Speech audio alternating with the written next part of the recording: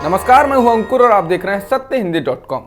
एक नजर डालते हैं अब तक की सुर्खियों पर। लुधियाना की एक अदालत में धमाका हो गया है। इसमें एक व्यक्ति की मौत हुई है। हालांकि पहले घटनास्थल से 2 लोगों की मौत की खबर आई थी। धमाका अदालत परिसर की दूसरी मंजिल पर हुआ है।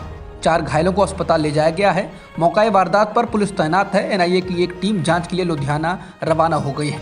आज अदालत परिसर में वकील हड़ताल पर थे। विधानसभा चुनाव से ठीक पहले हुए इस धमाके को लेकर तमाम तरह के सवाल खड़े हो रहे हैं। बेअदबी की घटनाओं को लेकर पंजाब में तनाव का माहौल है। इसी बीच धमाके की एक घटना हुई है।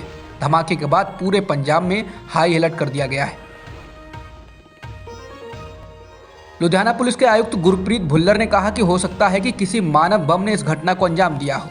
भुल्लर ने कहा कि हालांकि पुष्टि नहीं हुई है, जिस व्यक्ति का शव अंदर है उसकी पहचान होनी बाकी है। वो या तो बम ले जा रहा था या उसके बम बहुत करीब था। हम जांच कर रहे हैं। घटना के बाद पूरे पंजाब में सार्वजनिक स्थानों की सुरक्षा बढ़ाने के निर्देश दे दिए गए हैं। सीपी ने कहा कि हो सकता है कि मरने वाला शख्स ही साजिश का मुख्य हिस्सा हो।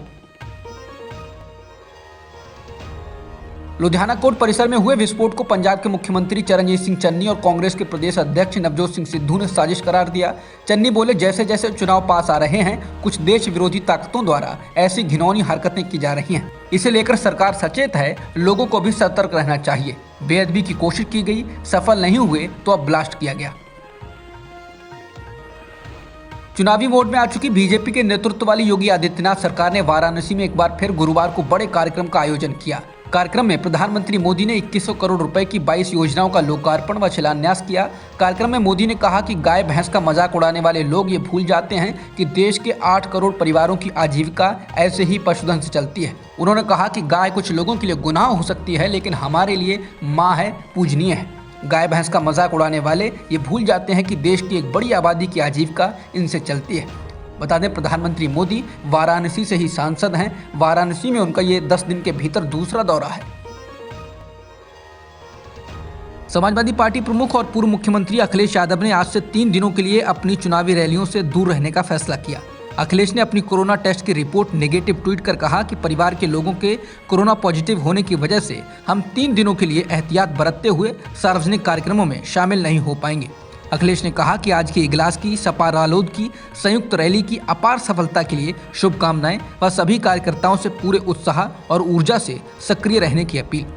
बता दें, सपा की पूर्व सांसद और अखिलेश यादव की पत्नी डिम्पल यादव और उनकी बेटी की रिपोर्ट कोरोना पॉजिटिव आई है। इसके बाद ही अखिलेश यादव ने अपना कोरोना टेस्ट कराया था। अयोध्या में राम मंदिर निर्माण की शुरुआत के बाद से ही राज्य सरकार के अधिकारियों और जनप्रतिनिधियों और उनके रिश्तेदारों द्वारा मंदिर के आसपास नियमों का उल्लंघन कर जमीन खरीदने के मामले में जांच के आदेश दे दिए गए हैं। इंडियन एक्सप्रेस की रिपोर्ट के बाद ये जांच के आदेश दिए गए। बता दें, अयोध्या में 9 नवंबर 2019 को राम मंदिर पर सुप्रीम कोर्ट के फैसले के बाद से ही मंदिर के कुछ किलोमीटर तक जमीन खरीदने की होड़ लग गई। खरीदने वालों में स्थानीय विधायक के अलावा जमीन खरीद मामले में ट्रस्ट की जांच कर रहे कम से कम 3 अधिकारियों के रिश्तेदार भी शामिल हैं। रिपोर्ट के अनुसार राम मंदिर स्थल से करीब 1 किलोमीटर दूर पर अयोध्या के तत्कालीन IAS अधिकारी अनुज झा के पिता ने भी जमीन खरीदी, जो 23,40,000 रुपए की बताई गई है। कांग्रेस महासचिव प्रियंका गांधी वाड्रा ने अयोध्या में राम मंदिर निर्माण के लिए खरीदी गई जमीन में बड़ा घोटाला करने का आरोप लगाया और कहा है कि राम के नाम पर इकट्ठा किए गए चंदे में लूट की गई है। प्रियंका ने कहा कि राम मंदिर के लिए गरीब महिलाओं ने चंदा दिया था। ऐसे में गरीब महिलाओं के विश्वास और आस्था को बेच दिया गया। कांग्रेस महासचिव ने पूरे मामले के हाईकोर्ट से जांच कराए जाने की मांग की है। प्रियंका ने कहा कि जमीन खरीद फरोख्त में ट्रस्ट द्वारा करोड़ों का घोटाला किया गया है। प्रियंका ने कहा कि राम मंदिर के आसपास की जमीन को योगी सरकार के अधिकारियों और नेताओं में खरीदने या हड़पने की होड़ लगी हुई है। इन लोगों ने वो जमीन खरीद ली जो खरीदी नहीं जा सकती थी। कांग्रेस ने आरोप लगाया है कि बीजेपी के कई नेताओं और उत्तर प्रदेश शासन के कुछ अधिकारियों ने अयोध्या में निर्माणाधीन राम मंदिर के आसपास की जमीनों को औने पौने दाम पर खरीदा है। कांग्रेस नेता राहुल गांधी ने ट्वीट कर बीजेपी पर हमला बोला। राहुल ने कहा कि हिंदू सत्य के रास्ते पर चलता है, हिंदुत्ववादी धर्म की आड़ में लूटता है। इस ट्वीट पर राहुल ने वो खबर भी अटैच की है जिसमें बताया गया है कि कैसे मेयर और उनके रिश्तेदारों, डीएम और उनके रिश्तेदारों और बाकी अधिकारियों और नेताओं के रिश्तेदारों ने मंदिर के आसपास जमीन को खरीदा। बुधवार को अपने ट्वीट से कांग्रेस और उत्तराखंड की राजनीति में हलचल मचा देने वाले कांग्रेस के वरिष्ठ नेता और उत्तराखंड के पूर्व मुख्यमंत्री हरीश रावत ने कहा है कि उनके जिस ट्वीट पर इतनी चर्चा हो रही है वो एक रोजमर्रा जैसा ट्वीट है। उन्होंने ट्विटर पर लिखा है कि आज अखबार पढ़ने के बाद पता लगा कि कुछ खास है, क्योंकि भाजपा और आम आदमी पार्टी को मेरा ट्वीट पढ़कर बड़ी मिर्ची लग गई हैं, इसलिए बड़े नमक मिर्च लगाए हुए वो बयान दे रहे हैं। हरीश रावत के बुधवार को ट्वीट के बाद उत्तराखंड में बीजेपी के मुख्यमंत्री पुष्कर सिंह धामी ने कहा कि कांग्रेस के अंदर लड़ाई है। उन्होंने फैसला कर लिया है कि हरीश रावत पार्टी के लिए कुछ काम के नहीं है, इसीलिए वे पार्टी हाईकमान से बार बार बात कर रहे हैं। लोग गुटबाजी देख सकते हैं, एक गुट हरीश रावत के साथ है तो दूसरा गुट प्रीतम सिंह के साथ, तीसरा गुट देवेंद्र यादव के साथ है।